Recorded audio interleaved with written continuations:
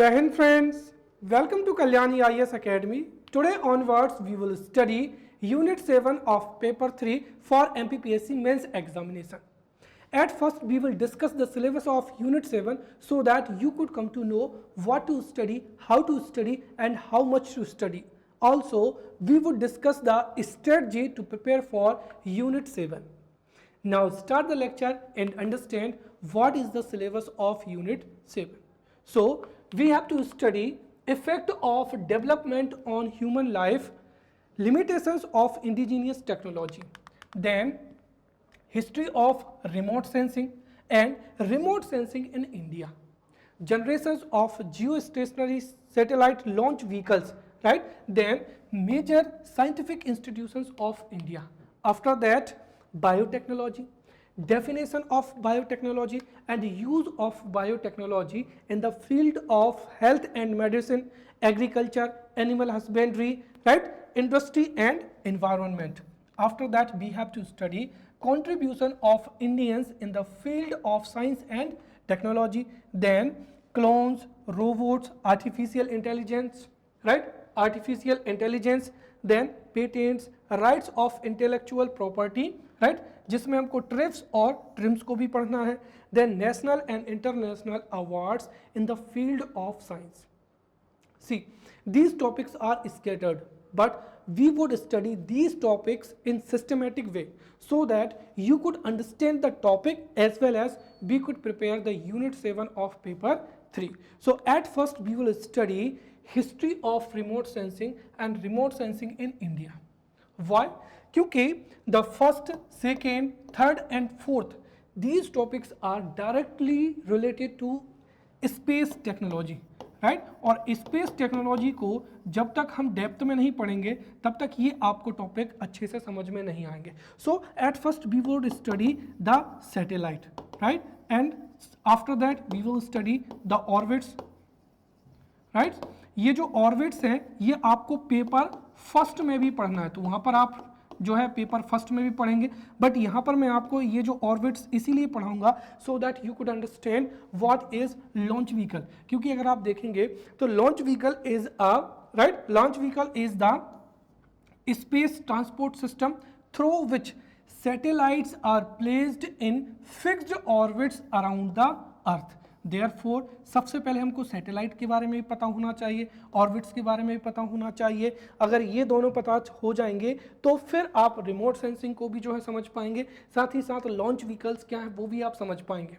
अब तीसरी चीज़ ये है कि हमारे सिलेबस में केवल और केवल GSLV या geostationary satellite launch vehicle ही लिखा है, राइट, और यहाँ पर लिखा है जनरेशंस. तो मैं ये मान के चलूँगा कि यहाँ पर लॉन्च व्हीकल्स की जो जनरेशंस हैं उनको पढ़ना है. जैसे क्या हो जाएगा ASLV, राइट, फिर उसके बाद में शुरू में हो जाएगा SLV, फिर ASLV, फिर PSLV, राइट, फिर क्या हो जाएगा GSLV, राइट. और इन्हीं जो जितने भी जो सैटेलाइट लॉन्च व्हीकल्स हैं, राइट, इनको डेवलप जिन इंस्टीट्यूशंस में किया गया है वो इंस्टीट्यूशंस भी यहाँ पर मेंशन्ड है. जैसे इसरो हो जाएगा, राइट, फिर जो है SDSC हो जाएगा, राइट, उसके बाद में यहाँ पर आप देखेंगे तो VSSC हो जाएगा, right, Vikram Sarabhai space centre, जहाँ पर सैटेलाइट को डिज़ाइन एंड क्या किया जाता है, डेवलप किया जाता है. तो इस तरीके से ये पूरा का पूरा जो टॉपिक है ये किससे रिलेटेड है, स्पेस टेक्नोलॉजी से रिलेटेड है. तो सबसे पहले तो हम समझेंगे कि what is space technology. After that we will study what is satellite, और उसमें भी जो आर्टिफिशियल सैटेलाइट है, राइट, और आर्टिफिशियल सैटेलाइट्स के कंपोनेंट्स क्या क्या होते हैं वो स्टडी करेंगे. Then we will study orbits, और ऑर्बिट्स के भी जो जितने भी टाइप हैं on the basis of distance, right, जैसे लियो हो जाएगा, मियो हो जाएगा, हियो हो जाएगा, राइट.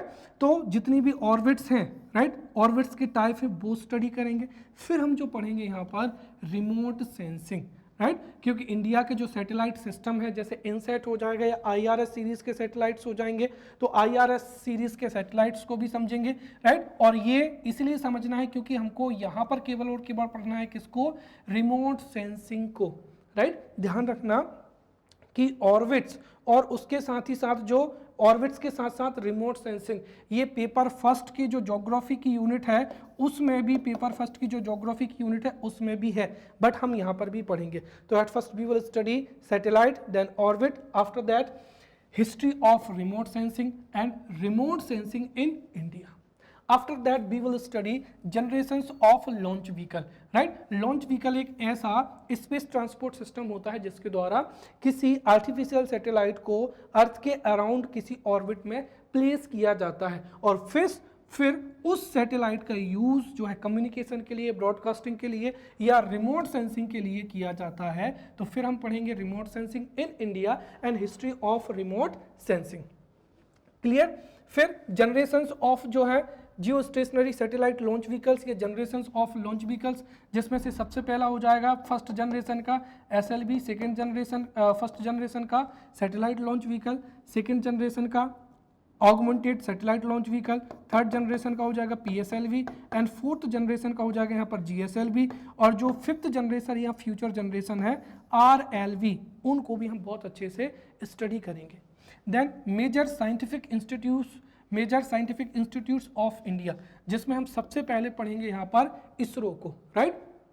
तो we will study Indian space research organisation, और उसके बाद में ऐसे ऑर्गेनाइजेशंस जो इसरो से डायरेक्टली या इनडायरेक्टली रिलेटेड हैं, जैसे क्या हो जाएगा SDST सेंटर, राइट, जहां से सैटेलाइट को क्या किया जाता है, लॉन्च किया जाता है, राइट। उसके बाद में VSSC हो जाएगा जहां पर सैटेलाइट को डिजाइन एंड डेवलप किया जाता है।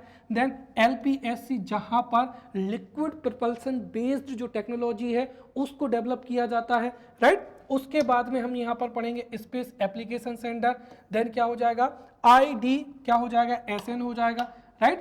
तो ISDN को पढ़ेंगे, SAC को पढ़ेंगे, LPSC हो जाएगा, फिर ISSDN हो जाएगा, राइट, फिर IIST हो जाएगा, right.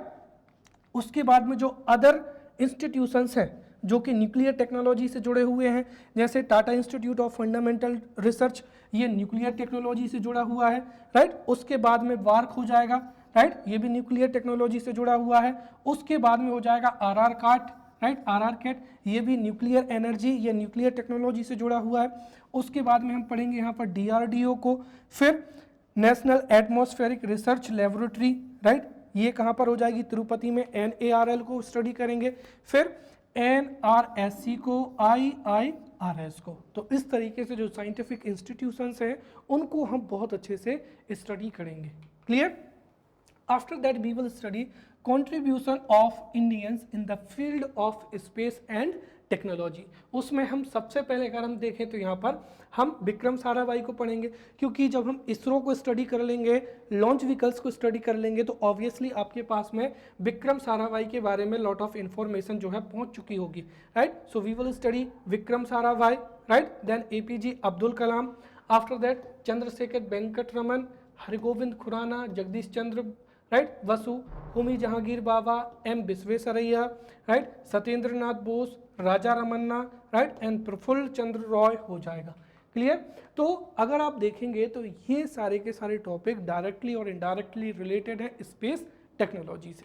After that we will study effects of development on human life and limitations of indigenous technology. After that we will study biotechnology, और जो उसमें भी हमको जो है डेफिनेशन ऑफ बायोटेक्नोलॉजी और बायोटेक्नोलॉजी का जो यूजेस हैं इन द फील्ड ऑफ क्या हो जाएगा, हेल्थ एंड मेडिसिन हो जाएगा, agriculture, animal husbandry, right, industry and क्या हो जाएगा, इन्वायरमेंट, इसको हम बहुत ही डिटेल में पढ़ेंगे। Then we have to study clones. अब जो क्लोन है वो डायरेक्टली रिलेटेड है किससे, बायोटेक्नोलॉजी से। तो बायोटेक्नोलॉजी के साथ में ही जो हम नेक्स्ट टॉपिक पढ़ेंगे वो हो जाएगा क्लोन्स का। और फिर रोबोट्स और आर्टिफिशियल इंटेलिजेंस, ये दोनों अपने आप में जो है इंडिपेंडेंट टॉपिक हो जाएंगे, राइट। तो रोबोट्स और आर्टिफिशियल इंटेलिजेंस को जो है हम दो सेपरेट लेक्चर में पढ़ेंगे। After that we will study patents और rights of intellectual property, right. और ये इसलिए पढ़ना है क्योंकि साइंस की फील्ड में इन्वेंशंस जो है वो बहुत ही रिसर्च के बाद में होते हैं, इसीलिए कोई भी अदर इंडस्ट्री है या कंपनी है, वो जिस पर्सन ने या जिस साइंटिस्ट ने जो भी इन्वेंशन किया है उसका मिसयूज ना करे, राइट। इसके लिए जो इंटेलेक्चुअल प्रॉपर्टी राइट्स हैं उनको स्टडी करेंगे और ट्रिप्स और ट्रिम्स को भी पढ़ेंगे। At last we will study national and international awards in the field of science, right. So this is the syllabus, और जैसे मैंने आपको एक्सप्लेन किया है, राइट, उसी वे में हम इन सभी टॉपिक्स को बहुत ही अच्छे से स्टडी करेंगे, right. So now In this lecture we will study satellite and orbit. Now we will study space technology. अब स्पेस टेक्नोलॉजी क्या है, तो देखिए टेक्नोलॉजी क्या होती है, तो नॉर्मली जो लाइफ साइंस होती है जिसमें फिजिक्स केमिस्ट्री और बायोलॉजी के पढ़ते हैं, तो जब फिजिक्स केमिस्ट्री और बायोलॉजी के जितने भी रूल्स हैं, थ्योरीज हैं, प्रिंसिपल्स हैं, उनका यूज़ करके, राइट, उनका यूज़ जब किया जाता है और न्यू डिवाइसेस को क्रिएट किया जाता है, इन्वेंट किया जाता है, तो उसको ही क्या कहते हैं, हम टेक्नोलॉजी कहते हैं, राइट। तो कुल मिलाकर साइंस के, क्लियर, साइंस के प्रिंसिपल्स को, थ्योरीज को, रूल्स को, राइट, अप्लाई करके जो डिवाइस डेवलप की जाती है, राइट, उस प्रोसेस को ही क्या कहते हैं, टेक्नोलॉजी कहते हैं, राइट। और स्पेस, तो दूसरा वर्ड यहाँ पर क्या है, स्पेस, मतलब ऐसी टेक्नोलॉजी जो स्पेस पर क्या होती है, बेस्ड होती है, और जिसमें हम जो हमारे स्पेस में ट्रैवलिंग या जो वेरियस जो एक्टिविटीज़ होती हैं, राइट, उनकी क्या की जाती है, स्टडी की जाती है, ताकि हम स्पेस को क्या कर सकें, एक्सप्लोर कर सकें और ये फाइंड आउट कर सकें कि हमारे यूनिवर्स में और क्या क्या है, वो हमारे लिए कैसे यूज़फुल है या हमारे लिए कैसे वो डेंजर है, राइट। तो सिंपली अगर स्पेस टेक्नोलॉजी से 3 मार्कर का क्वेश्चन आता है तो हम यहाँ पर लिखेंगे कि the technology used for travelling और conducting activities beyond the atmosphere of the earth for space exploration और spacecraft is known as space technology. But अगर मैं आपको इसकी और भी अच्छे से आपको बताना चाहूँ तो स्पेस टेक्नोलॉजी में नॉर्मली स्पेस टेक्नोलॉजी वह टेक्नोलॉजी होती है जिसमें मेनली सैटेलाइट को क्या किया जाता है, डिज़ाइन एंड डेवलप किया जाता है, फिर लॉन्च व्हीकल के माध्यम से उस सैटेलाइट को अर्थ के अराउंड किसी एक स्पेसिफिक ऑर्बिट में प्लेस किया जाता है, फिर अर्थ पर जो सेंटर्स होते हैं उनके माध्यम से इस सैटेलाइट से क्या किया जाता है, कम्युनिकेशन इस्टेब्लिश किया जाता है, और फिर जब इस सैटेलाइट से कम्युनिकेशन इस्टेब्लिश हो जाता है तो फिर इस सैटेलाइट का यूज़ वेरियस स्पेस एप्लीकेशंस में किया जाता है, जैसे क्या हो जाएगा, रिमोट सेंसिंग हो जाएगा, राइट, ब्रॉडकास्टिंग हो जाएगा, राइट, ब्रॉडकास्टिंग हो जाएगा, टेलीकम्युनिकेशन हो जाएगा, रिमोट सेंसिंग हो जाएगा। तो इन एप्लीकेशंस में फिर इसका क्या किया जाता है, यूज़ किया जाता है। साथ ही साथ स्पेस एक्सप्लोरेशन के लिए जो लॉन्च व्हीकल्स हैं उनको डेवलप किया जाता है, स्पेस स्टेशन को जो है प्लेस किया जाता है, राइट। तो इन सब से रिलेटेड जो टेक्नोलॉजी होती है उसको ही हम क्या कहते हैं, स्पेस टेक्नोलॉजी कहते हैं। तो सिंपली वे में हम कह सकते हैं कि स्पेस टेक्नोलॉजी वह टेक्नोलॉजी होती है जिसमें सैटेलाइट को डिज़ाइन एंड डेवलप किया जाता है, फिर लॉन्च व्हीकल के माध्यम से उसको अर्थ के अराउंड किसी एक स्पेसिफिक ऑर्बिट में प्लेस किया जाता है और उस सैटेलाइट का यूज़ रिमोट सेंसिंग के लिए, ब्रॉडकास्टिंग के लिए, टेलीकम्युनिकेशन जैसी अदर स्पेस एप्लीकेशंस में किया जाता है, राइट। और साथ ही साथ इन सब के माध्यम से स्पेस को एक्सप्लोर किया जाता है और उस टेक्नोलॉजी का ह्यूमन मैनकाइंड के वेलफेयर के लिए उसका क्या किया जाता है, यूज़ किया जाता है। ये जनरल अंडरस्टैंडिंग के लिए डेफिनेशन हो जाएगी, बट यदि 3 मार्कर में पूछी जाती है तो हम ये जो है डेफिनेशन लिखेंगे, right. The technology used for travelling and conducting activities beyond the atmosphere of the earth for space exploration and for the use of for the welfare of human mankind is known as space technology, or in other words the means or techniques, right, the means or techniques that are developed for qualitative and value added use of space science in human life are known as space technology. Space technology में जो study की जाती है वो क्या की जाती है, सैटेलाइट्स, तो सैटेलाइट्स, फिर स्पेसक्राफ्ट, ऑर्बिटल लॉन्च व्हीकल्स जिनको हम लॉन्च व्हीकल्स भी कहते हैं या लॉन्चर्स भी कहते हैं, space stations, right, in space propulsion, deep space communication and many other technologies are included in the arena of technological advancement. Clear. तो स्पेस टेक्नोलॉजी में जो first and which is the most important, हम यहाँ पर satellite को study करते हैं। Satellite क्या होता है, देखिए कोई भी ऑब्जेक्ट जो कि अर्थ, सन या किसी भी सेलेस्टियल बॉडी को क्या कर रहा है, ऑर्बिट कर रहा है या उसके अराउंड रिवॉल्व कर रहा है, तो उस सेलेस्टियल बॉडी को ही क्या कहा जाता है, जो है यहाँ पर क्या कहा जाता है, सैटेलाइट कहा जाता है। क्लियर? तो 3 मार्कर के लिए ये बिल्कुल सिंपल सी डेफिनेशन हो जाएगी, an object orbiting around the sun, earth और any other celestial body is known as satellite, right? और सैटेलाइट जो है किसी भी सेलेस्टियल बॉडी, जैसे अगर हम यहाँ पर एग्जांपल के लिए लेते हैं क्या, अर्थ, तो ये अर्थ के चारों ओर एक फिक्स्ड ऑर्बिट में ही क्या करता है, जो है रिवॉल्व करता है, राइट? रिवॉल्व करता है। और ये सैटेलाइट जो है वो कितने प्रकार के होते हैं, एक होता है नेचुरल और दूसरा क्या हो जाएगा यहाँ पर आर्टिफिशियल। तो सिंपली 3 मार्कर के लिए यहाँ पर आप जो है ये डेफिनेशन लिख सकते हैं अगर पूछी जाए एग्जाम में, तो an object orbiting around the sun, earth और other celestial body is known as satellite. And और in other words, an object that revolves around a planet in a fixed orbit is known as a satellite. Satellite के 2 type होते हैं, first क्या हो जाएगा natural satellite और दूसरा क्या हो जाएगा यहाँ पर artificial satellite.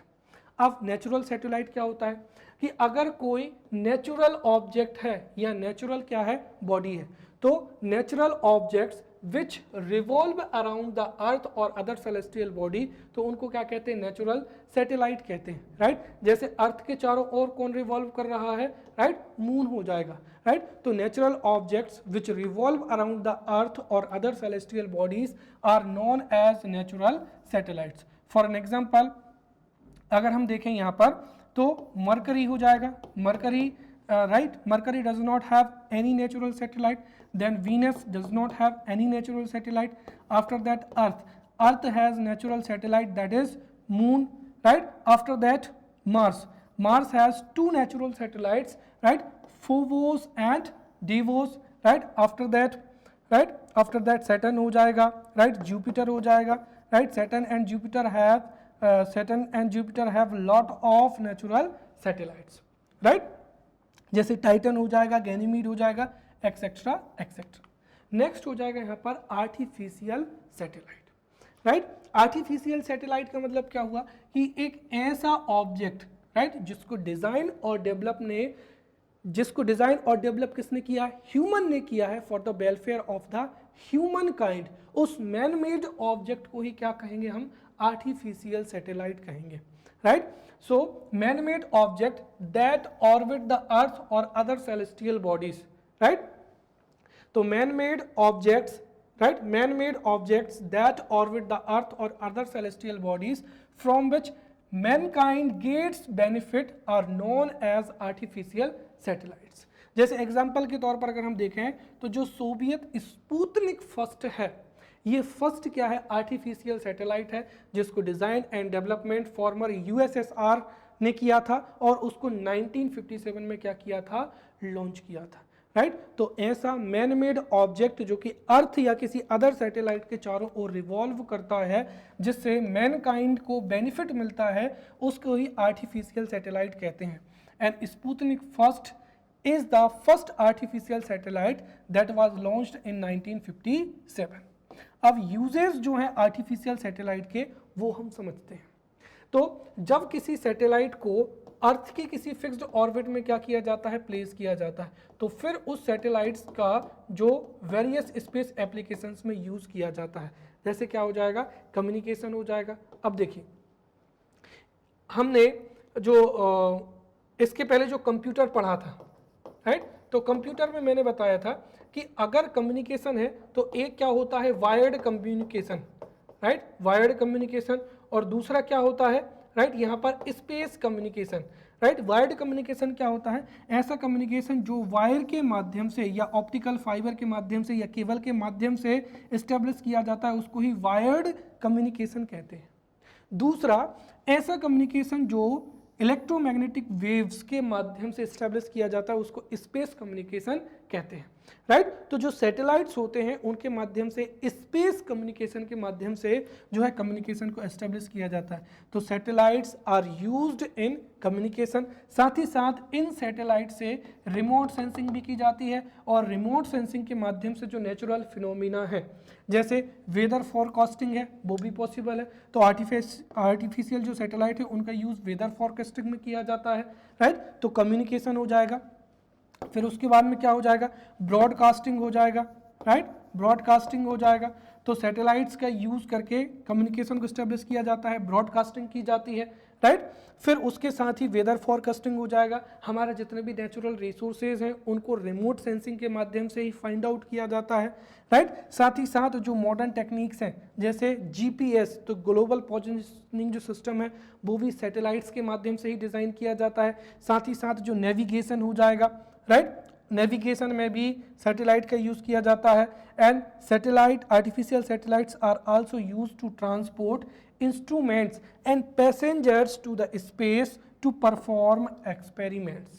Clear? So these are the use of artificial satellite. Clear? 3 marker में यहाँ पर artificial satellite के जो हैं uses पूछे जा सकते हैं और 3 मार्कर में जो है ये definition पूछी जा सकती है।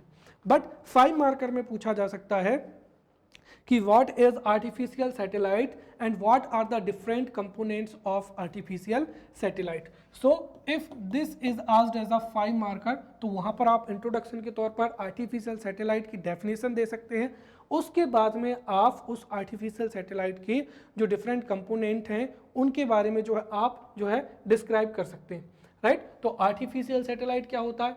ऐसा man made object, राइट, ऐसा मैनमेड ऑब्जेक्ट जो अर्थ या किसी सेलेस्टियल बॉडी के चारों ओर रिवॉल्व करता है उसको ही आर्टिफिशियल सैटेलाइट कहते हैं।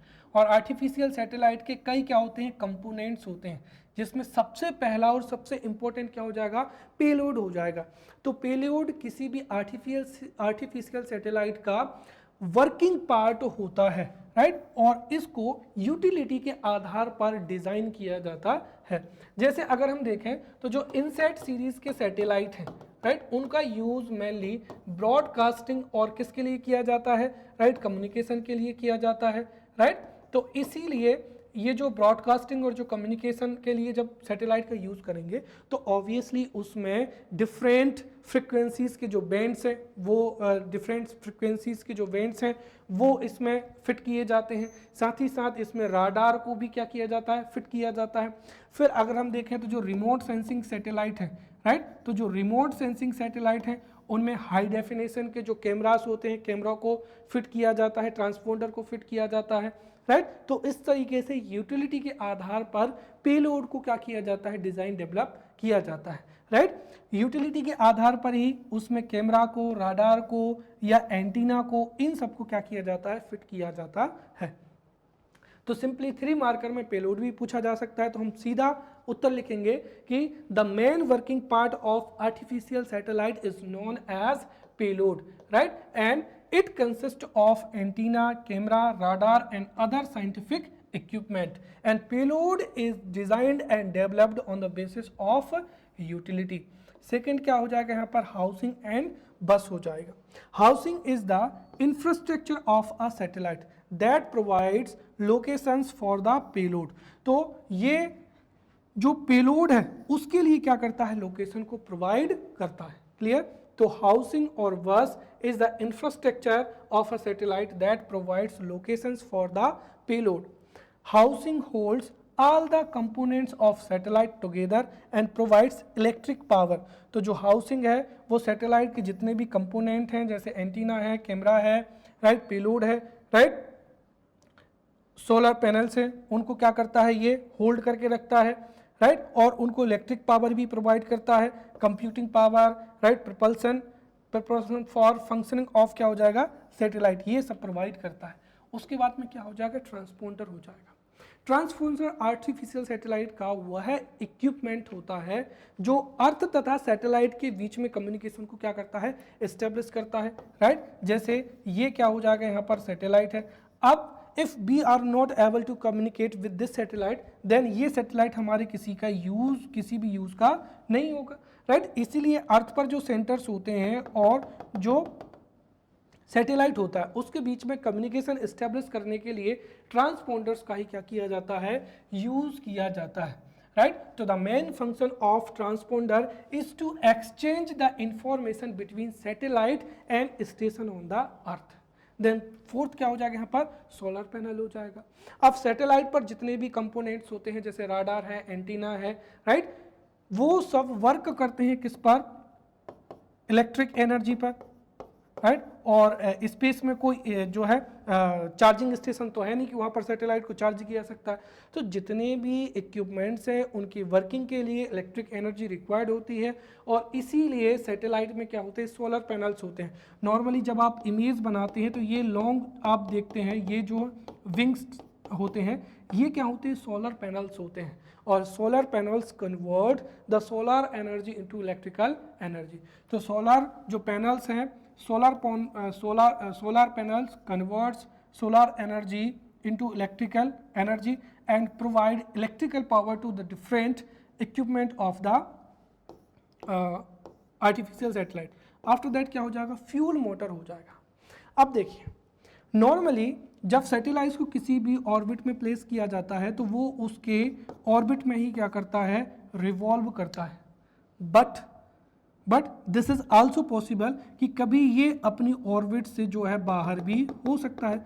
जैसे ये अगर सैटेलाइट इस पाथ पर डेविएट हो जाए, राइट, और ये इस पाथ पर डेविएट हो जाएगा, सो देयर आर चांसेस कि ये किसी अदर सैटेलाइट से कोलाइड हो सकता है। क्योंकि अगर हम देखें तो India has more than 100 satellites, right, और उसके बाद में अदर कंट्रीज भी हैं, जैसे यूएसए हो जाएगा, ब्रिटेन हो जाएगा, चाइना हो जाएगा।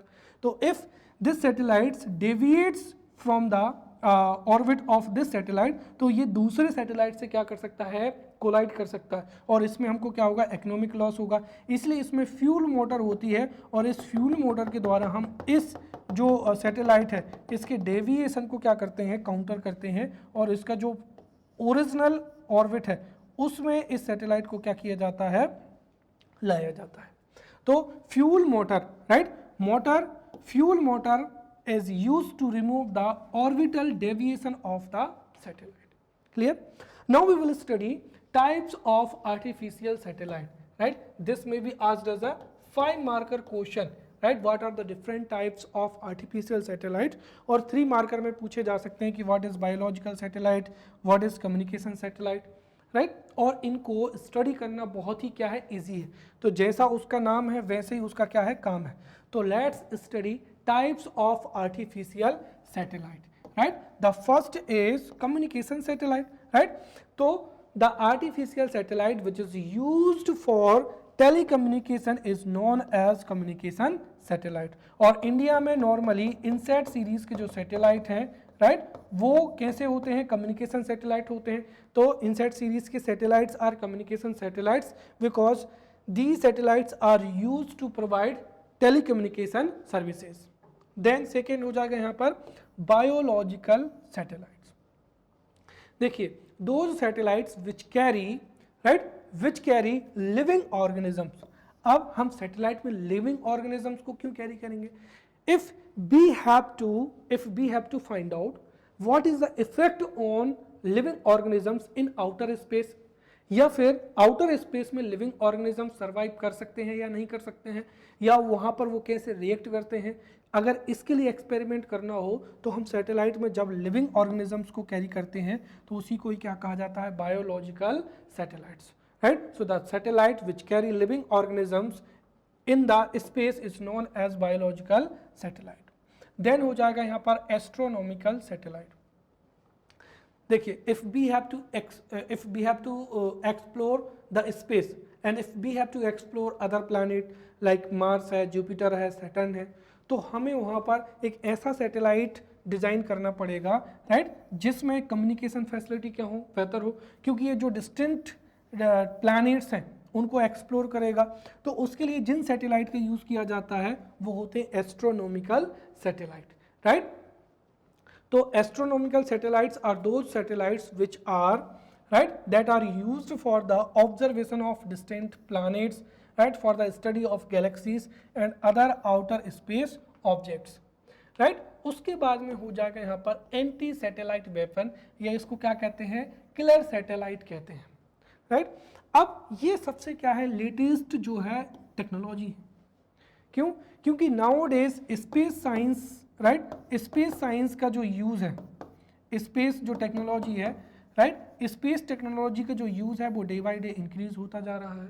एंड नाउ डेज जो टेलीकम्युनिकेशन है, ब्रॉडकास्टिंग है, this is possible because of artificial satellite, right. और इन्हीं आर्टिफिशियल सैटेलाइट के माध्यम से ही चाहे बैंकिंग सर्विसेज हो, डिजिटल सर्विसेज हो, इंटरनेट सर्विसेज हो, वो सब पर इस पर क्या होती है, बेस्ड होती हैं।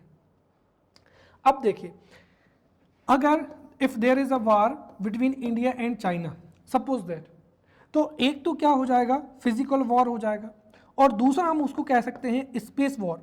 अगर हमने चाइना के कुछ सैटेलाइट्स जिस पर राइट जो कि मिसाइल सिस्टम के लिए इम्पोर्टेंट हैं, या वहाँ की बैंकिंग सिस्टम के लिए इम्पोर्टेंट है, या वहाँ के कम्युनिकेशन के लिए इम्पोर्टेंट है, अगर उन सैटेलाइट को हमने क्या कर लिया, फाइंड आउट कर लिया, उनको डिस्ट्रॉय कर दिया, या उनको अपने ऑर्बिट से डेविएट कर दिया, तो हम हमारे जो एनिमी है राइट उसको क्या कर सकते हैं, डिफीट कर सकते हैं।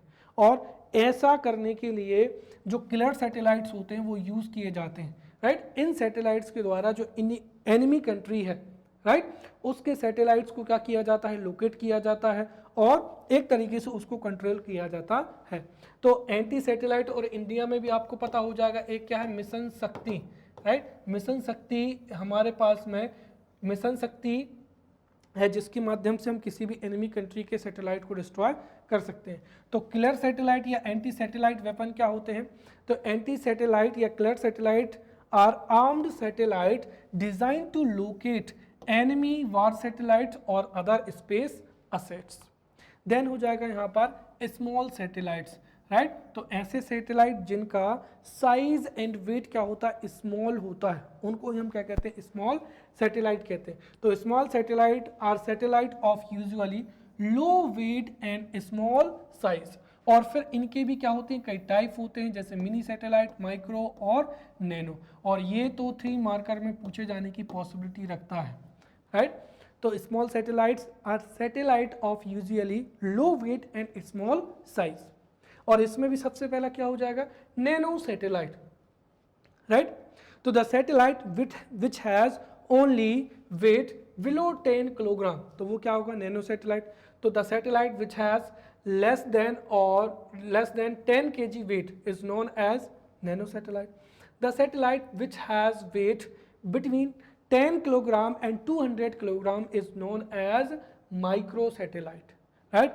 And the satellite which has right weight between 200 kilogram to 2000 kilogram उसको ही क्या कहते हैं, मिनी सैटेलाइट कहते हैं। फिर नेक्स्ट हो जाएगा यहाँ पर नेविगेशन सैटेलाइट्स। तो नाउअडेज नेविगेशन के लिए भी सैटेलाइट का यूज़ किया जाता है। अब नेविगेशन का मतलब क्या हुआ, नेविगेशनल सैटेलाइट्स ऐसे सैटेलाइट्स होते हैं जो भी यूज़र की real time real time position को क्या कर सकते हैं, फाइंड आउट कर सकते हैं। विच मीन्स आप देखिए, जैसे you are on a bike, right, और suppose that your location is here, but जैसे जैसे आप मूव करेंगे बाकी आपकी पोजीशन भी क्या होगी, चेंज होगी। तो ऐसे सैटेलाइट जो रियल टाइम पोजीशनिंग सर्विसेज को प्रोवाइड करते हैं, जिसके माध्यम से हम किसी भी बस है, कार है, राइट, उसकी रियल टाइम पोजीशन को लोकेट कर सकते हैं, उनको ही क्या कहते हैं, नेविगेशन सैटेलाइट कहते हैं। क्यों, क्योंकि ये नेविगेशन में इंपॉर्टेंट रोल प्ले करते हैं, राइट।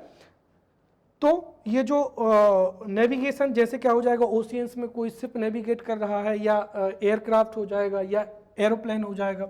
तो navigation satellites are satellites which are useful for real time positioning, right. और ये रियल टाइम पोजीशनिंग और इनका जो यूज है वो किसके लिए किया जाता है, नेविगेशन के लिए किया जाता है।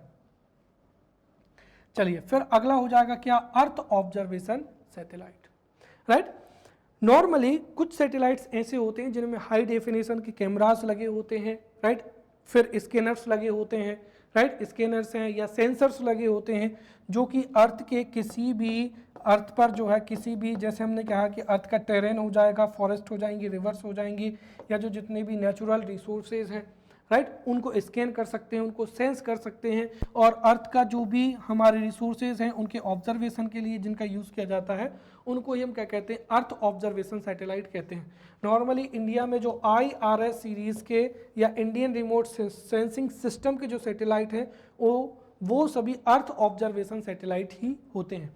तो earth observation satellite are satellites that are useful for the environmental monitoring, right, meteorology, right, map making, right, and obtaining the information regarding forest, soil as well as natural resources are known as earth observing satellite, right, earth observation satellites, right. So in this way we have studied the types of artificial satellite, right, and this may be asked as a 11 marker question. What is artificial satellite and what are the different types of artificial satellite? Now we will study satellite orbit. This is also important topic. Why? Because if we have to study GSLV, right, जैसे मैंने कहा कि PSLV है, right, तो यहाँ पर एक word है पोलर. अब now you would think that कि पोलर क्या होता है, राइट, या फिर जैसे GSLV है तो GSLV में यहाँ पर लिखा है जियो सिंक्रोनस. तो you must have knowledge regarding what is polar orbit, what is geostationary orbit, and also what are the benefits of polar orbit and what is the benefit of geosynchronous orbit. All this information you must have, only then आप space technology से, right, और space technology पर अगर कोई difficult question पूछा गया, right, तो उसको आप आंसर कर पाएंगे, राइट. और मैं आपको इस वे में पढ़ा रहा हूँ कि इन टॉपिक को पढ़ने के बाद में एवरी क्वेश्चन, चाहे वो डिफिकल्ट हो, मीडियम हो या इजी क्वेश्चन हो, every question would be solved by you, because जो बेसिक्स हैं, राइट, हम उन बेसिक्स को जो है कवर करते चले जा रहे हैं.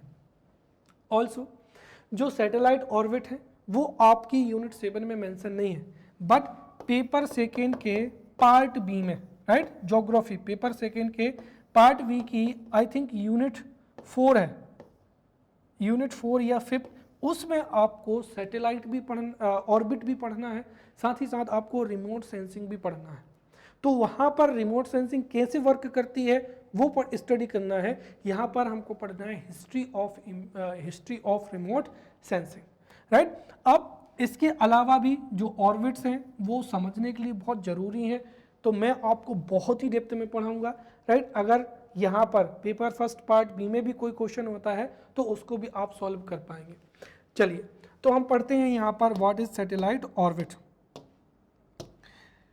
देखिए जो सैटेलाइट होता है, सैटेलाइट किसी भी सैटेलाइट किसी भी प्लैनेट के अराउंड किसी भी एक फिक्स्ड पाथ में क्या करता है, रिवॉल्व करता है, और जो उसका फिक्स्ड पाथ होता है उसी को ही क्या कहा जाता है, ऑर्बिट कहा जाता है. जैसे ये इसकी क्या हो जाएगी, ऑर्बिट हो जाएगी, राइट. तो 3 मार्कर के लिए the path around a celestial body in which a satellite revolves is known as orbit, right. और जो आर्टिफिशियल सैटेलाइट होते हैं वो किसी सर्टेन ऑर्बिट में ही क्या करते हैं, रिवॉल्व करते हैं. क्लियर. और थर्ड पे आप यहाँ पर जैसे एग्जांपल भी दे सकते हैं, जैसे पोलर ऑर्बिट हो जाएगा या जियो सिंक्रोनस ऑर्बिट हो जाएगा, राइट. यदि 3 मार्कर में जो है क्वेश्चन पूछा जाता है तो इतना आप लिख सकते हैं, राइट. तो the path, right, the path around, right, the path around earth और any other celestial body in which satellite revolves, right, satellite revolves is known as orbit, right. So the path around a celestial body in which a satellite revolves is known as an orbit, and artificial satellites are placed in certain orbits only, right. Now we will study the types of satellite orbit, and this may be asked as a 11 marker question, right. 11 marker question में पूछा जा सकता है कि what is orbit and what are the different types of orbits, या फिर 5 marker में पूछा जा सकता है कि describe the different types of orbits on the basis of distance, और describe various types of orbits on the basis of eccentricity, on the basis of position relation to earth, या on the basis of path, right. या फिर 3 marker में आपसे पूछा जा सकता है हेलियोसेंट्रिक या HEO ऑर्बिट, राइट. या फिर आपसे जो है 5 मार्कर में पूछा जाएगा यहाँ पर what is geosynchronous orbit या what is geostationary orbit, right. तो ये बहुत ही महत्वपूर्ण टॉपिक है. Let's study one by one. So let's study the different types of satellite orbits, right. First on the basis of distance. तो जो orbit हैं वो डिफरेंट टाइप्स की होती हैं, तो there are different types of orbits, but हम उनको क्लासीफाई करते हैं on the basis of certain parameter. So the first is on the basis of distance. Distance का मतलब क्या है कि जैसे ये हमारी अर्थ हो जाएगी, अब अर्थ पर एक सैटेलाइट यहाँ पर रिवॉल्व कर रहा है, एक सैटेलाइट यहाँ पर रिवॉल्व कर रहा है और एक सैटेलाइट जो है वो यहाँ पर रिवॉल्व कर रहा है. तो आप देखेंगे कि it has minimum distance, it has medium distance और इट हैज़ हायर डिस्टेंस. तो इसी आधार पर on the basis of distance, the first is low earth orbit, second is medium earth orbit and third is higher earth orbit. यहाँ पर भी आप देख सकते हैं ये जो सैटेलाइट है इसकी ऑर्बिट होगी medium earth orbit, right, low earth orbit, इसकी मीडियम अर्थ ऑर्बिट, और ये क्या होगी, राइट, हाई अर्थ ऑर्बिट, क्योंकि इसकी डिस्टेंस क्या है, सबसे ज़्यादा है. Second, on the basis of centricity, which means उस ऑर्बिट के सेंटर में कौन है. यदि क्या है, सन है, राइट, सन सेंटर में है तो वो क्या कहलाएगी, हेलियोसेंट्रिक ऑर्बिट, राइट. जैसे जो अर्थ है, अर्थ की ऑर्बिट का टाइप क्या होगा, हेलियोसेंट्रिक, क्लियर. और अगर किसी ऑर्बिट के सेंटर में क्या है, अर्थ है, राइट, सॉरी, अगर यहाँ पर किसी ऑर्बिट के सेंटर में सन है तो वो होगी हेलियोसेंट्रिक ऑर्बिट, जैसे जो हमारी अर्थ है, राइट. अर्थ की जो ऑर्बिट है वो कैसी, हेलियोसेंट्रिक. और यदि किसी ऑर्बिट के सेंटर में कौन है, अर्थ है, तो वो कैसी होगी, जियोसेंट्रिक. जैसे जो मून है, मून की ऑर्बिट होगी जियोसेंट्रिक, अर्थ की ऑर्बिट होगी heliocentric. Then on the basis of position related to earth, and this is the most important, जिसमें सबसे पहला कौन सा हो जाएगा, polar orbit, then geostationary orbit, geosynchronous orbit, right, geosynchronous transfer orbit हो जाएगा, and important sun synchronous orbit हो जाएगा. और ये जो पांचों की पांच ऑर्बिट हैं, these are the most important, right. इन सब में आप 3 मार्क जो है इस तरीके से मेंशन कर लें, क्योंकि ये पूछी ही जाएंगे, right. And on the basis of path, एक हो जाएगा सर्कुलर और दूसरा क्या हो जाएगा, एलिप्टिकल. चलिए, तो let's study the types of orbits on the basis of centricity. Centricity का मतलब ये है कि उस ऑर्बिट के सेंटर में कौन है, राइट, जिसमें सबसे पहला हो जाएगा heliocentric, right. So the orbit in which the sun is in the centre और अदर जो प्लैनेट्स हैं या जो सैटेलाइट्स हैं वो सन के अराउंड ही क्या करते हैं, रिवॉल्व करते हैं, तो उसको ही क्या कहते हैं, हेलियोसेंट्रिक ऑर्बिट कहते हैं. तो ये हो जाएगा सन, राइट. और सन के चारों ओर, जैसे हमने कहा कि यहाँ पर ये क्या हो जाएगा, अर्थ हो जाएगा, ये यहाँ पर क्या हो जाएगा, राइट, जैसे हमने लेट से वीनस हो जाएगा, तो वीनस है, अर्थ है, इन सब की जो ऑर्बिट होगी वो कैसी होगी, heliocentric. To the orbit in which the sun is in the center and other planets or satellites or asteroids revolve around the sun is known as heliocentric orbit. Example में the orbit of Earth, Venus, Jupiter is heliocentric. Then geocentric, right? So the orbit in which the Earth is in the center, right? Earth is in the center is known as geocentric orbit, right? जैसे क्या हो जाएगा, यहाँ पर moon हो जाएगा. Normally, initially it was considered that कि अर्थ is in the centre of the universe और मून है, सन है, ये अर्थ के चारों ओर ही क्या करते हैं, रिवॉल्व करते हैं.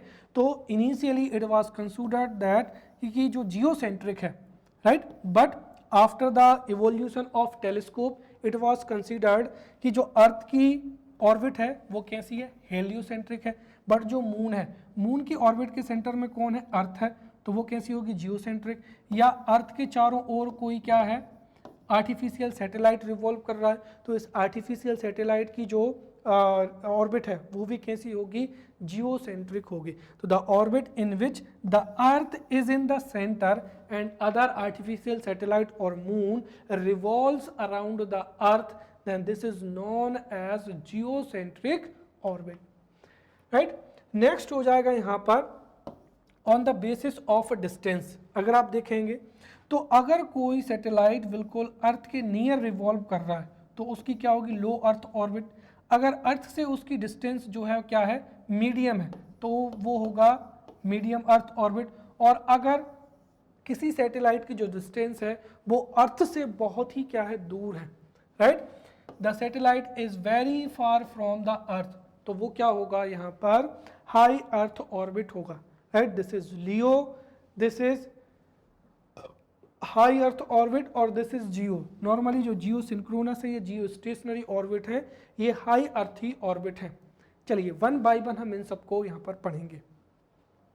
फर्स्ट थिंग इज दैट कि लो अर्थ ऑर्बिट से 5 मार्कर का क्वेश्चन जो है पूछा जा सकता है।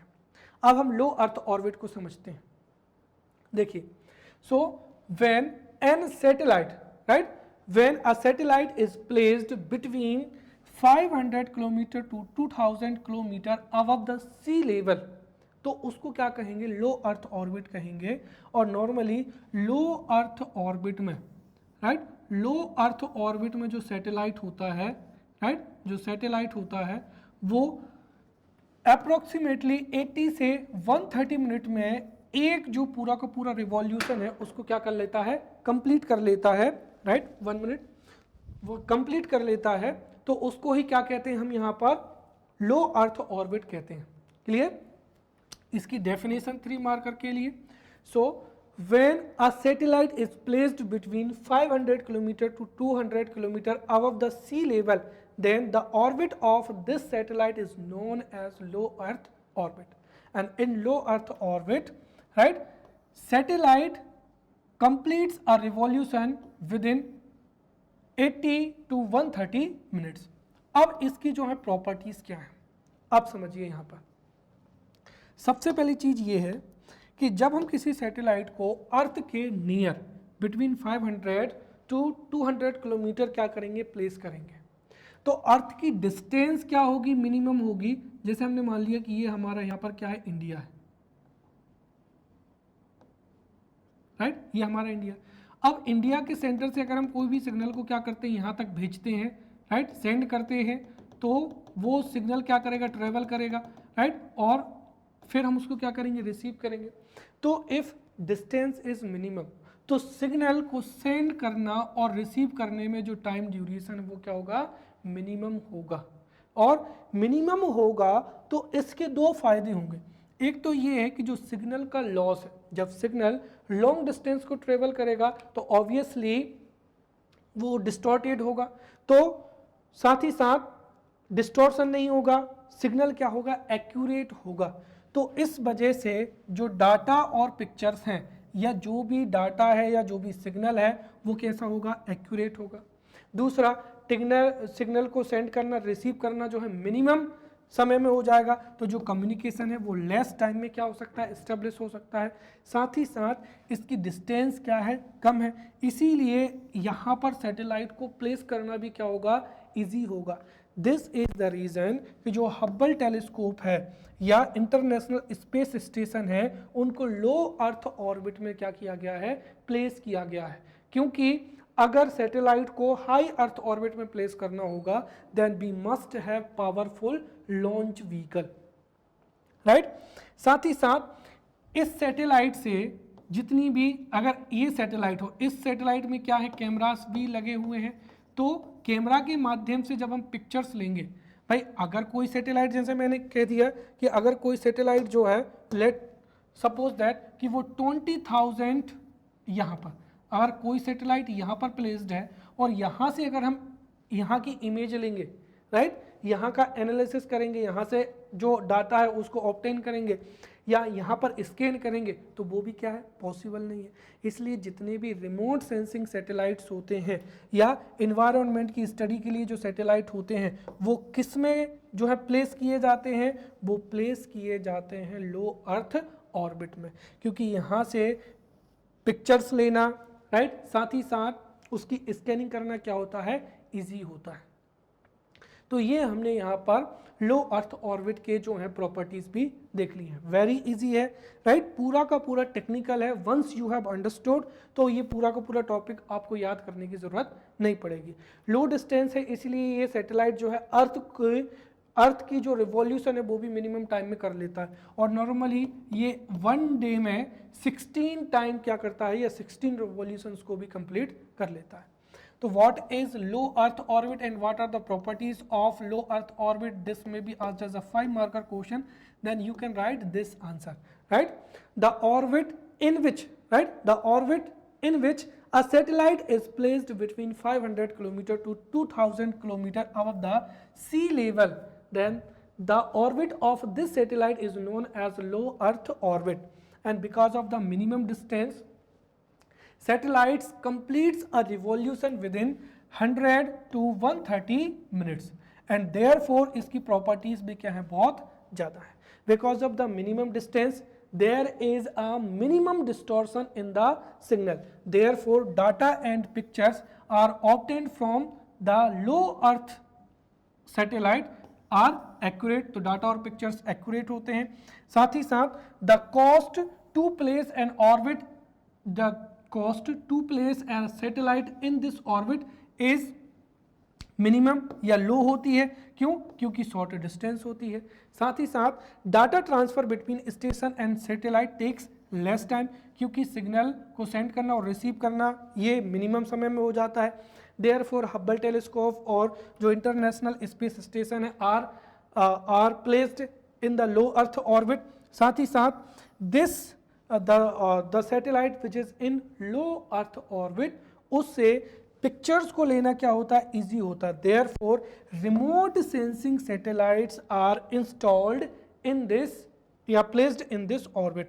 ऑल्सो स्पाई सैटेलाइट और environmental monitoring satellites are also placed in this LEO orbit. Then हो जाएगा यहाँ पर medium earth orbit.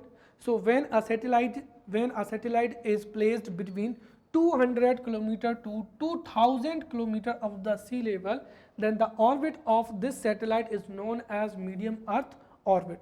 And in this orbit, the satellite takes 36 minutes, or we can say that approximately 6 hours to complete one revolution. इसकी properties क्या है कि अब देखिए इसकी प्रॉपर्टीज को हम यहीं से समझते हैं कि यहाँ पर जो सैटेलाइट है इससे हम वाइडर एरिया को क्या कर सकते हैं, कवर कर सकते हैं, राइट. जैसे ब्रॉडकास्टिंग है, अब ब्रॉडकास्टिंग में ये अगर सिग्नल को करेगा तो वो इतने एरिया पर करेगा, बट यदि यहाँ से हम सिग्नल को करेंगे तो ब्रॉडकास्टिंग जो है वो अर्थ के क्या होगी, लार्जर स्केल पर होगी, राइट. तो ये वाइडर एरिया को क्या करता है, कवर करता है, इसलिए ब्रॉडकास्टिंग में इंपॉर्टेंट होता है. और इसी वजह से जो जितने भी नेविगेशन सैटेलाइट हैं, राइट, नेविगेशन सैटेलाइट हैं, उनको भी मीडियम अर्थ ऑर्बिट में भी क्या किया जाता है, प्लेस किया जाता है.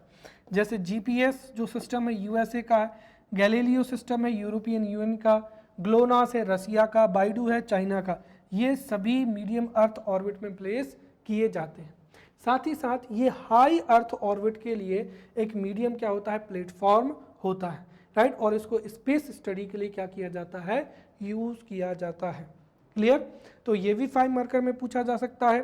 So what is medium earth orbit? See, when a satellite is placed between 200 km to 20,000 km above the sea level, then the orbit of this satellite is known as medium earth orbit, and the satellite takes 3600 minutes or 6 hours to complete one revolution. इसकी properties क्या होती है? तो देखिए जो remote sensing satellite है उनको लो earth orbit में प्लेस किया जाता है, बट अगर जितनी ज़्यादा डिस्टेंस होगी वो उतना ज़्यादा एरिया को कवरेज करेगा, इसीलिए जो नेविगेशन सैटेलाइट हैं और कम्युनिकेशन सैटेलाइट हैं वो इसमें किए जाते हैं. तो this medium earth orbit provides wide coverage area, and because of this GPS, Galileo, GLONASS और जो वाइडू है, ये जो नेविगेशन सिस्टम्स हैं ये इसी ऑर्बिट में प्लेस किए गए हैं. And it works as a mediator platform for geostationary orbits, and this is used for the study of space. then हो जाएगा यहाँ पर हाई अर्थ ऑर्बिट, राइट. तो जब किसी सैटेलाइट को अर्थ के सी लेवल के 36,000 किलोमीटर की डिस्टेंस पर क्या किया जाता है, प्लेस किया जाता है, तो उसको ही हम क्या कहते हैं, हाई अर्थ ऑर्बिट कहते हैं, राइट. और हाई अर्थ ऑर्बिट के भी फिर क्या हम 2 टाइप देखते हैं, एक होता है जियो स्टेशनरी और दूसरा क्या होता है, जियो सिंक्रोनस, दोनों में हम अंतर समझेंगे। तो जियो स्टेशनरी ऑर्बिट और geosynchronous orbit are the examples of high earth orbit, जिसमें सैटेलाइट को अप्रोक्सीमेटली 36,000 किलोमीटर की डिस्टेंस पर क्या किया जाता है, प्लेस किया जाता है। क्लियर। और जब हम किसी सैटेलाइट को 36,000 किलोमीटर की डिस्टेंस पर प्लेस करते हैं, सो what is the benefit? Benefit ये है कि जैसे जैसे जितने समय में ये सैटेलाइट 1 रिवॉल्यूशन को कंप्लीट करेगा, वही अर्थ का क्या होता है, जो 24 आवर है, यही अर्थ का रोटेशन पीरियड है और ये सैटेलाइट का रिवॉल्यूशन पीरियड। तो revolution period of satellite is equal to the rotation period of the earth. Therefore जैसे जैसे अर्थ क्या करेगी, रोटेट करेगी, वैसे वैसे ये सैटेलाइट रहेगा। इसीलिए इस सैटेलाइट को यदि हम इंडिया के अबव क्या करते हैं, पार्क करते हैं, तो ये इंडिया के ऊपर ही रहेगा। उसको यूएसए के ऊपर अगर हम पार्क करेंगे तो यूएसए के ऊपर ही रहेगा। तो मतलब ये है कि इससे कॉन्स्टेंटली 24 आवर हम किसी भी पर्टिकुलर प्लेस को जो है ऑब्जर्व कर सकते हैं। राइट। तो चलिए सबसे जो लास्ट में हो जाएगा high earth orbit. High earth orbit क्या है? सी, when a satellite is placed at the height of 36,000 kilometer above the sea level, then the orbit of this satellite is known as high earth orbit. And in the high earth orbit, right, high earth orbit, satellite takes 24 hours to complete one revolution, right? And this जो है this orbit provides greater coverage area. Clear? And there are two types of it, geostationary and geosynchronous, जिनको अभी हम जो है पढ़ेंगे। Right. तो इस तरीके से हमने ये तीनों को पढ़ लिया है। ये क्या हो जाएगा, लियो हो जाएगा, ये मियो हो जाएगा, और ये क्या हो जाएगा, हाई अर्थ ऑर्बिट हो जाएगा। तो जब किसी सैटेलाइट को 200 से 2000 किलोमीटर की डिस्टेंस पर पार्क करते हैं तो वो लो अर्थ ऑर्बिट होगी, जिसमें सैटेलाइट टेक्स 120 मिनट्स, राइट, और approximately 2 hour to complete one revolution. इसका यूज़ किस में किया जाता है? रिमोट सेंसिंग में किया जाता है। क्यों? क्योंकि डाटा, इससे जो इमेजेस और पिक्चर्स होती हैं वो एक्यूरेट होता है। राइट। यहाँ पर सैटेलाइट को पार करना जो है, पार करने के लिए लो कॉस्ट होती है, साथ ही साथ इसमें डाटा ट्रांसफ़र बहुत ही फास्ट होता है। क्लियर। रिमोट सेंसिंग के सैटेलाइट लो अर्थ ऑर्बिट में प्लेस किए जाते हैं। मीडियम अर्थ ऑर्बिट वह ऑर्बिट होती है जिसमें satellite is park at the height of 200 kilometre to 20,000 kilometre, and in this medium earth orbit satellite take 6 hours to complete one revolution. ये wider area जो है प्रोवाइड करता है, या बाइडर कवरेज एरिया। देन जब हम किसी सैटेलाइट को when the satellite is parked or placed at the height of 36,000 kilometer, then this orbit is known as high earth orbit। और high earth orbit के भी फिर जियो स्टेशनरी और जियो सिंक्रोनस, ये दो टाइप होते हैं। क्लियर। चलिए नेक्स्ट हो जाएगा यहाँ पर types of orbits on the basis of position related to earth. और इसमें सबसे पहला कौन सा हो जाएगा यहाँ पर? पोलर ऑर्बिट हो जाएगा। राइट। कौन सा हो जाएगा? Polar orbits. अब पोलर ऑर्बिट्स क्या होती है उसको समझते हैं। देखिए नॉर्मली अगर आप देखेंगे तो ये हमारी अर्थ की क्या हो जाएगी, जैसे इक्वेटर। क्लियर। और ये जो सैटेलाइट है ये और ये अर्थ के इक्वेटर के ही क्या है, पैरेलल है। बट इससे क्या होगा कि इससे जो पोल्स की स्टडी है या ऑब्जर्वेशन है ये नहीं हो पाएगी।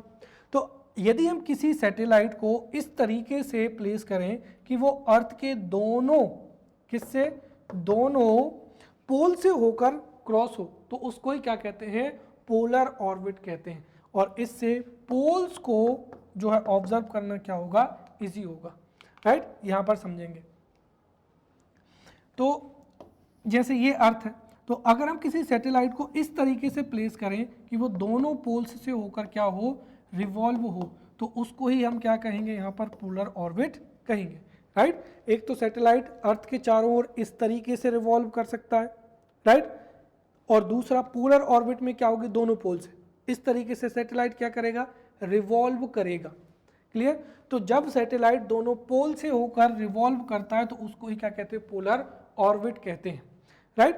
और इसमें जो इक्वेटर से इंक्लिनेशन होता है वो कितना होता है, 90 डिग्री का होता है। तो एंगल ऑफ इंक्लिनेशन ये हमारी क्या हो जाएगी, इक्वेटर, और एंगल ऑफ इंक्लिनेशन यहाँ पर कितना बनेगा, 90 डिग्री का बनेगा, और इसमें 2 से 6 आवर्स लेता है। तो आप समझ गए होंगे कि what is polar orbit. See, so the orbit around the two poles, the orbit of a satellite around the two poles of earth is known as polar orbit. अब इसका बेनिफिट्स क्या होते हैं वो समझते हैं।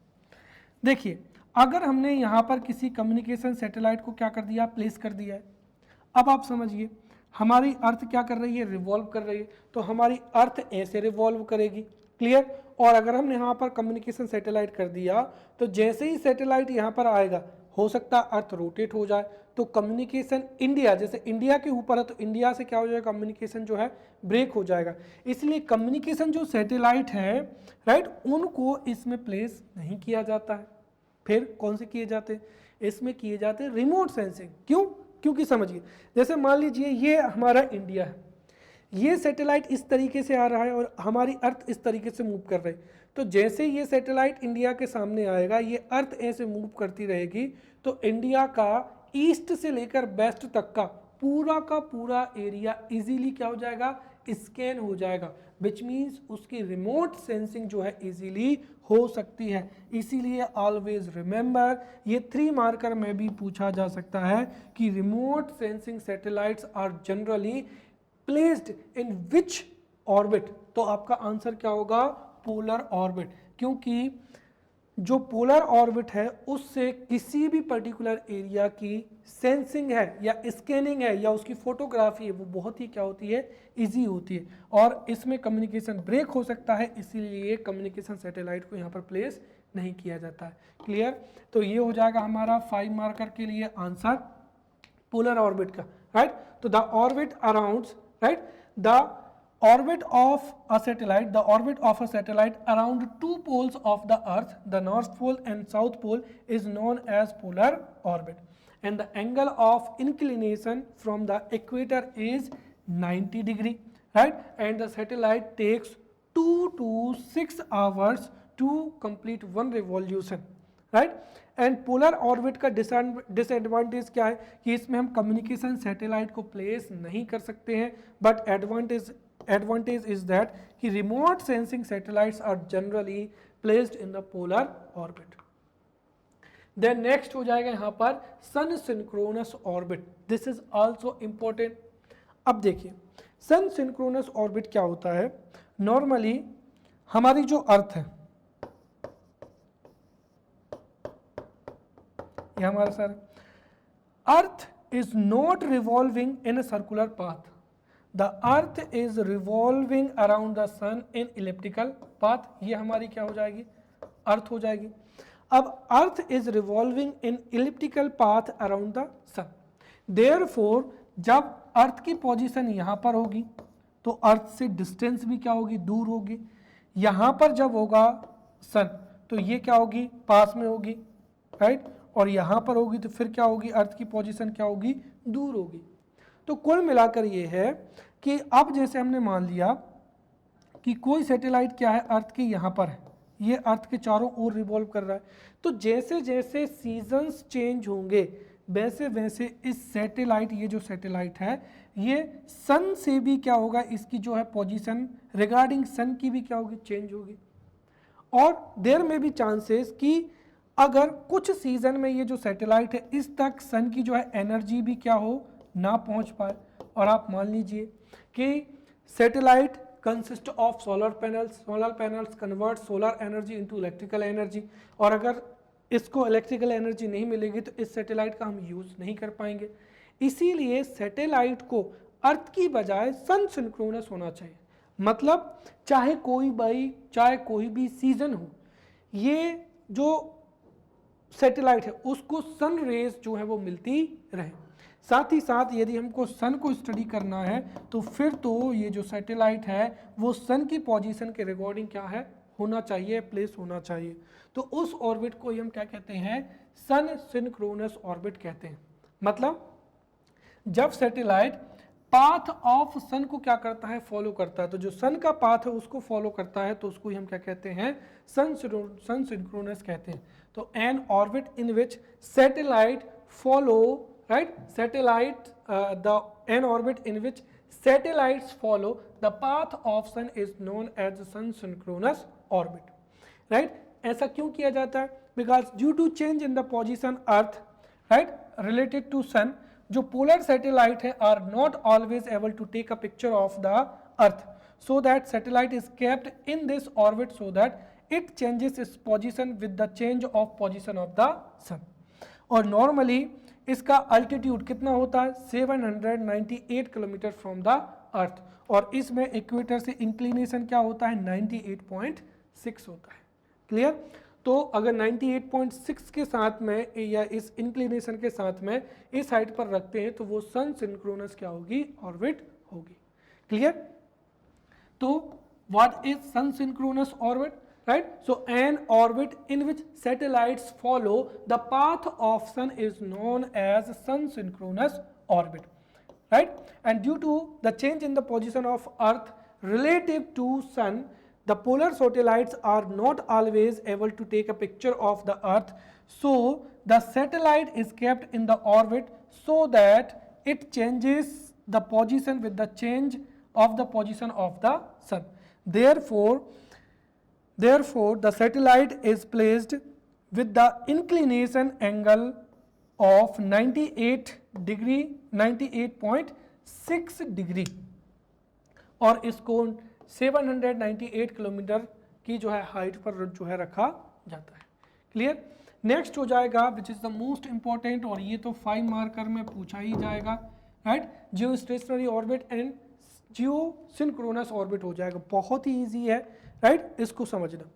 देखिए क्या होता है कि जब किसी सैटेलाइट को अर्थ के, राइट, अर्थ से एट द हाइट ऑफ कितना हो जाएगा यहाँ पर 36,000 किलोमीटर या 35,786 किलोमीटर। तो when a satellite is placed at the height of 36,000 kilometer या 35,786 kilometer, then the orbit is known as high earth orbit, और high earth orbit को ही क्या कहा जाता है, जियो स्टेशनरी या जियो सिंक्रोनस ऑर्बिट कहा जाता है, राइट। अब इन दोनों में अंतर क्या होता है, वो अंतर भी समझना।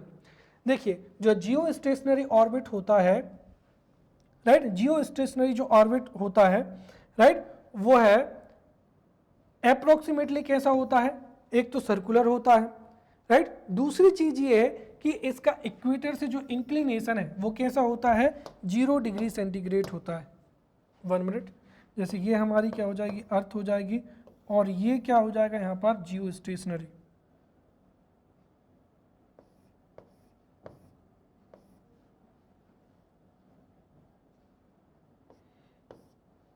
चलिए, तो ये समझना थोड़ा डिफिकल्ट है। इस तरीके से ये सर्कुलर होता है, और ये हमारी जो इक्वेटर है उसके क्या होता है, इक्वेटर से लगभग क्या होता है, पैरेलली होता है। और इसका जो रिवॉल्यूशन टाइम है, अब देखिए इसमें होता क्या है कि जो रिवॉल्यूशन टाइम ऑफ अर्थ है, राइट, रोटेशन ऑफ क्या हो जाएगा, अर्थ हो जाएगा, और रिवॉल्यूशन ऑफ क्या हो जाएगा यहाँ पर, सैटेलाइट हो जाएगा, राइट, ये दोनों क्या होता है, इक्वल होता है। इसीलिए जैसे जैसे हमारी अर्थ क्या करेगी, रोटेट करेगी, ये सैटेलाइट हमारी अर्थ के फिक्स्ड उसी पोजीशन पर क्या होगा, दिखाई देगा। इसीलिए always visible from the earth at the same place, right, same place, तो उसको ही हम क्या कहते हैं, जियो स्टेशनरी। मतलब वो कैसा दिखाई देता है, लाइक अ स्टार। कैसा, स्टार। तो जैसे अर्थ से जो स्टार है वो जो स्टेशनरी दिखाई देता है, वैसे ही जब हम किसी सैटेलाइट को 36,000 किलोमीटर की हाइट पर, राइट, किसमें अप्रोक्सीमेटली सर्कुलर पाथ पर, राइट, और इक्वेटर से 0 डिग्री के एंगल पर जो है जब हम पार करते हैं तो उसको ही जियो स्टेशनरी ऑर्बिट कहा जाता है। और ये इक्वेटर के प्लेन में ही क्या करता है, लाई करता है। This orbit is known as parking orbit, और इसको जियो सिंक्रोनस इक्वेटोरियल ऑर्बिट भी कहते हैं, राइट। और इसका सबसे अच्छी विशेषता ये है कि जैसे हमने इसको इंडिया के ऊपर पार किया तो ये इंडिया के दिल्ली के ऊपर ही हमेशा क्या होगा, दिखाई देगा, लाइक का क्या हो जाएगा, स्टार हो जाएगा। तो उसको ही हम क्या कहते हैं, जियो स्टेशनरी ऑर्बिट कहते हैं। क्लियर। तो 5 मार्कर में ये आप याद रखें, what is geostationary orbit, right. So Jio stationery orbit is a such orbit, right, in which the satellite located are always visible from the earth at the same place, right, that is relative to earth, right. So geostationary orbit is such an orbit in which the satellites located are always visible from the earth at the same place, right, relative to earth is known as geostationary orbit. And in this orbit, right, satellite lies in the plane of equator, that is जो angle of inclination होता है किससे, equator से, वो 0 होता है। Satellite को 35,786 या अप्रोक्सीमेटली 36,000 किलोमीटर की हाइट पर जो है प्लेस किया जाता है, राइट। इसमें जो सैटेलाइट का रोटेशन पीरियड होता है वो 24 आवर होता है, और इसीलिए इसको क्या कहते हैं, पार्किंग ऑर्बिट कहते हैं। ये हमने दिल्ली के ऊपर पार्क कर दिया है तो वो सैटेलाइट हमेशा दिल्ली के ऊपर ही होगा। इसका पाथ जो है सर्कुलर होता है और इसको जियो सिंक्रोनस इक्वेटोरियल ऑर्बिट भी कहते हैं, राइट। और नॉर्मली इसका फायदा क्या है कि अगर हम 3 सैटेलाइट को जियो स्टेशनरी ऑर्बिट में पार कर दें तो वो लगभग पूरे अर्थ के एरिया को क्या कर लेगा, कवर कर लेगा।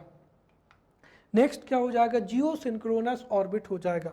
तो जब किसी सैटेलाइट को 36,000 किलोमीटर की हाइट पर प्लेस किया जाता है, बट उसका एंगल क्या हो, अर्थ के रिलेटिव, जो इक्वेटर के रिलेटिव 0 ना हो, तो उसको क्या कहेंगे हम यहाँ पर, जियो सिंक्रोनस ऑर्बिट कहेंगे। ये हमारी अर्थ हो जाएगी और ये लगभग इस तरीके से आपको दिखाई देगा, राइट, क्योंकि ये इक्वेटर से क्या होता है, इसका एंगल भी होता है और इसकी जो हाइट है वो कितनी हो जाएगी, 36,000 किलोमीटर। तो जियो स्टेशनरी सैटेलाइट हो या जियो सिंक्रोनस सैटेलाइट हो, दोनों सैटेलाइट का जो रोटेशन पीरियड है वो कितना होगा, 24 आवर होगा, राइट। जियो स्टेशनरी जो सैटेलाइट होता है वो कैसा होता है, सर्कुलर होता है, तो ये कैसा होता है, इलिप्टिकल होता है, राइट। साथ ही साथ इसका एंगल ऑफ इंक्लिनेशन, इसको सम इंक्लिनेशन एंगल के साथ में क्या किया जाता है, रखा जाता है, तो इक्वेटर से सम इंक्लिनेशन होता है, राइट। अब देखिए, अब इसका फायदा क्या है कि यहां पर आपको ये सैटेलाइट, राइट, ये सैटेलाइट 24 आवर्स में आपको किसी भी एक पर्टिकुलर पोजीशन पर फिक्स्ड समय पर दिखाई देगा। देखिए 2 कंडीशन है, एक जैसे मैंने कह लिया कि एक ऐसा सैटेलाइट है जो कि स्टार के समान है, मतलब जैसे हमने कह दिया इंदौर है, राइट। तो यदि हम जियो स्टेशनरी ऑर्बिट में किसी सैटेलाइट को पार करेंगे तो वो 24 आवर इंदौर के ऊपर ही क्या होगा, हमको दिखाई देगा, स्टार के अलावा। तो ये होगी जियो स्टेशनरी।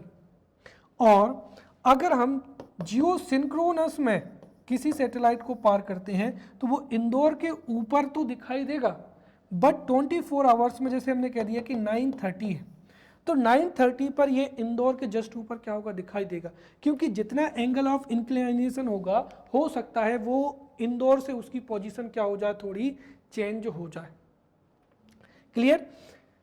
अब आखिरी में मैं आपको बताना चाहूँगा कि जो जियो सिंक्रोनस है और जियो स्टेशनरी दोनों में सिमिलैरिटीज़ क्या है। तो सबसे पहली चीज़ तो ये है कि अगर कोई सैटेलाइट जियो स्टेशनरी में है या जियो सिंक्रोनस में है, उसका रोटेशन पीरियड 24 आवर्स भी रहेगा, राइट। दोनों में सैटेलाइट को 36,000 किलोमीटर की हाइट पर प्लेस किया जाता है, राइट।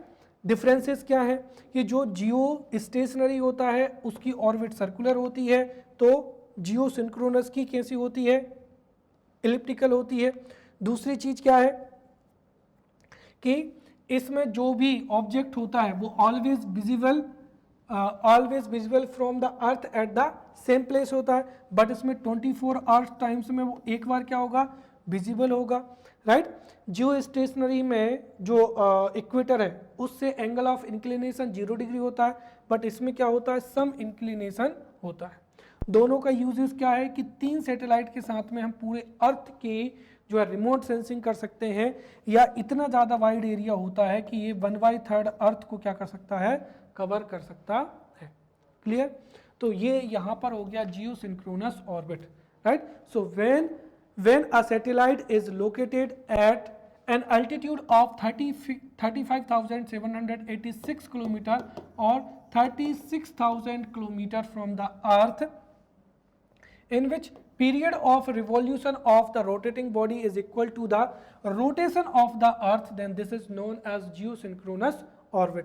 इसका शेप क्या होता है, इलिप्टिकल होता है, एंड इसका जो रोटेशन पीरियड होता है 24 होता है, and there is some inclination from the equator. Clear. Next हो जाएगा यहाँ पर जियो स्टेशनरी और जियो सिंक्रोनस क्या हो जाएगा, ट्रांसफर ऑर्बिट हो जाएगा। अभी हमने देखा था कि एक होती है मीडियम अर्थ ऑर्बिट और एक क्या होती है, हाई अर्थ ऑर्बिट होती है, राइट। अब देखिए, if we have to place a satellite in the geostationary और जियो सिंक्रोनस ऑर्बिट, देन या तो हमारे पास में इतना पावरफुल लॉन्च व्हीकल होना चाहिए कि वो नॉर्मली यहाँ से सैटेलाइट को यहाँ पर प्लेस कर दे, या फिर जैसे आपने मिशन मंगल एक मूवी देखी होगी, राइट, मिशन मंगल। तो मिशन मंगल मूवी में जो कंसेप्ट है जिसके माध्यम से ही हमने मार्स ऑर्बिटर मिशन को लॉन्च किया था, राइट, वो यही कंसेप्ट है। अगर हम किसी सैटेलाइट को यहाँ पर क्या कर दें, पार्क कर दें, तो सैटेलाइट इसी ऑर्बिट में क्या होगा, प्लेस करेगा। लेकिन जब सैटेलाइट यहाँ पर होगा और इसकी फ्यूल मोटर से अगर हम इसकी स्पीड को इंक्रीज कर दें, तो धीरे धीरे इसकी जो नई ऑर्बिट है वो क्या हो जाएगी, ये हो जाएगी। फिर हम थोड़ा इसको ऑन कर दें तो ये नेक्स्ट टाइम पे इसकी जो है ऑर्बिट ये हो जाएगी। फिर अगर हम इसकी जो फ्यूल मोटर है उसको ऑन कर दें तो थोड़ा सा ऑन करेंगे तो ये उसका नया ऑर्बिट हो जाएगा, और फिर मोटर को बंद कर देंगे तो ये इतना ऑर्बिट हो जाएगा। अब इसके बाद में जैसे ही हम थोड़ा सा और इसको ऑन करेंगे तो ये किस में पहुंच जाएगा, ये पहुंच जाएगा यहाँ पर जियो स्टेशनरी ऑर्बिट में। तो इसकी जो ऑर्बिट है ये, इनको ही हम क्या कहते हैं, जियो स्टेशनरी ट्रांसफर क्या कहते हैं, ऑर्बिट कहते हैं। क्लियर। तो ये वेरी इलिप्टिकल क्या होती है, ऑर्बिट होती है, मतलब आप देखेंगे जो इलिप्टिकल है वो इंक्रीज होता चला जाएगा, राइट। और ये जियो स्टेशनरी या जियो सिंक्रोनस के लिए सेकेंडरी क्या होती है, ऑर्बिट होती है, राइट। आफ्टर दैट जो है सैटेलाइट्स को नॉर्मली इस जियो स्टेशनरी ट्रांसफर ऑर्बिट में क्या किया जाता है, लॉन्च व्हीकल्स के द्वारा लॉन्च किया जाता है, और फिर वो जो सैटेलाइट है वो जियो स्टेशनरी या जियो सिंक्रोनस में क्या हो जाता है, थ्रस्टर्स के माध्यम से उसमें पहुंच जाता है। क्लियर। तो जियो स्टेशनरी या geosynchronous orbit is a such orbit which is very elliptical orbit operating under the secondary orbit for geostationary और geosynchronous satellite, right. Normally satellites are delivered to this geostationary transfer orbit by launch vehicles, फिर thrusters के माध्यम से that satellite enters the geostationary और geosynchronous orbit. Clear? Now on the basis of path, तो जो last हमारा बचा है वो क्या है कि types of orbits on the basis of path.